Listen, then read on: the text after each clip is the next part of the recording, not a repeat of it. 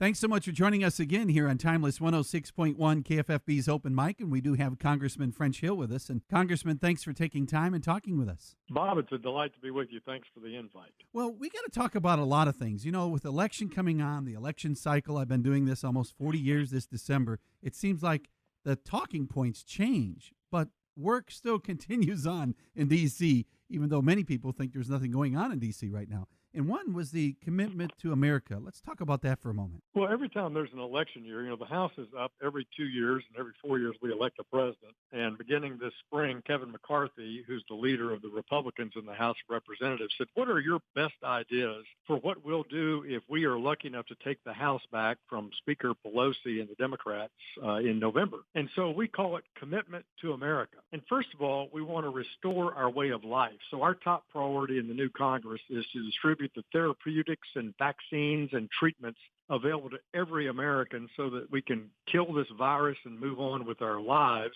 And I'll tell you, this is the result of the unprecedented work that the Trump administration has done with the $10 billion that Congress awarded the administration to find a vaccine and find high-quality therapeutics. And already the treatment for this disease is much better, and we're saving lives every day. So we want to restore our way of life through our health. Next, we want to rebuild the greatest economy in American history that we had in January. We had the lowest unemployment in 50 years for blacks, for women. We had small business startups. We had an outstanding economy and outlook for 2020. We want to rebuild that. We believe that Republicans in the House and the Trump administration are the best ones to get our economy back because Joe Biden and the Democrats want to raise $4 trillion in taxes and return to Obama's regulation. And finally, we want to make sure that every family and every young person has got the confidence that we can renew the American dream. We want to make sure they have educational choice, that they have workforce opportunities, and that we live in safe communities, and that our veterans are taken care of. So we want to renew, essentially, that faith in the American dream. Now, you also talk about the COVID. This is really just, back in March, it almost was a jaw-dropping moment when we all realized our economy shutting down is going to mess up a lot of people, and some people are still reeling from that. But there's a relief package. What's the latest on the relief package now? Speaker Pelosi has held up more relief for American families and small businesses. And so this week, we just got tired of her tactics. So we're filing a discharge petition on a bill that will extend the Paycheck Protection Program for more businesses. They can get a second Paycheck Protection loan if their business is still down 25%. So it does allow our restaurants, our small businesses to get an additional grant from the Small Business Administration. And that discharge petition, Bob, that's kind of inside baseball, but we get 218 Republicans and Democrats to sign the discharge petition. That calls it has to be brought up for a vote on the floor. The Senate's already indicated they're in favor of it. And so we believe this is the best way to press Speaker Pelosi to get action on relief for American families and small business. It's available to businesses that have already gotten a grant if their revenue is still down 25%. So in order to pass that bill, since Speaker Pelosi is blocking it, a discharge petition says if a majority of the House, so 218 members, say they want to vote on it, it forces her to bring the bill up for a vote. So it's being discharged from the desk of Speaker Pelosi. And then we also had some sad news of the passing of the Supreme Court Justice, Ruth Ginsburg.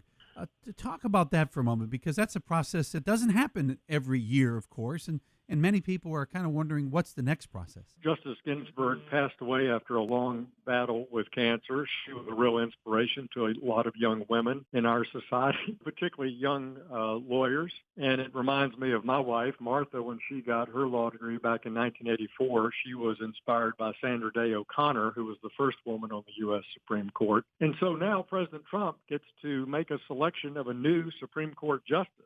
The Senate has cleared the way to hold those hearings and hold that vote. So I expect the president this weekend will name a nominee to be the next justice of the U.S. Supreme Court. Now, what does it mean when they say there's a threat of impeachment? How does impeachment coincide with the Supreme Court proceedings? I don't understand that, actually. What does that mean? There's been a lot of talk about that. How can impeachment be part of an appointment of the Supreme Court? Well, the Democrats here in the House, Bob, led by Alexandria Ocasio-Cortez, who's a very progressive liberal member of the House of Representatives from New York. She's the one who has a coalition who essentially tells the House what to do. She has a lot of power over Nancy Pelosi now because the liberals now control, the Bernie Sanders wing of the party now controls the House Democratic Conference. She's infuriated. She says Donald Trump should not appoint a new justice. The country should wait until after the election to appoint a new justice. But you see, that's not how it works.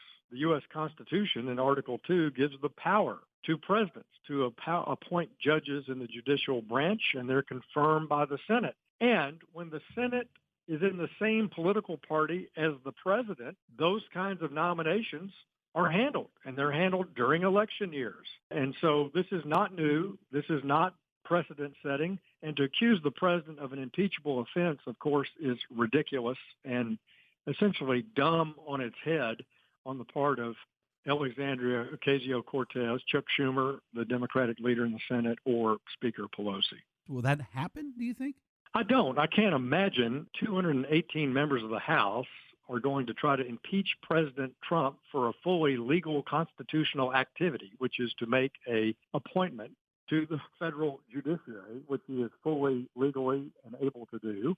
And the Senate, of course, has the advice and consent function, so that will go to the Senate Judiciary Committee. They'll hold hearings and they'll hold a vote. And when you look back at history, they've easily confirmed judges in between 19 and 40 days on the court over and over again. John Paul Stevens, I think, was 19 days. Justice O'Connor was around 40 days. This is not an unusual thing. What do you see the next 40 days? What do you see is going to happen between now and Election Day? Well, I think the political noise will be very loud over the next 40 days because the Democrats do not want a conservative justice put on the U.S. Supreme Court. So they're going to be galvanized at trying to get their vote out to elect Joe Biden and beat Donald Trump. Likewise, I think Republicans and conservatives who would like an additional conservative justice on the court are equally galvanized and are talking to their friends, their neighbors, their civic club members, their church members to say, get out and vote for Donald Trump so he can appoint a conservative justice to the Supreme Court.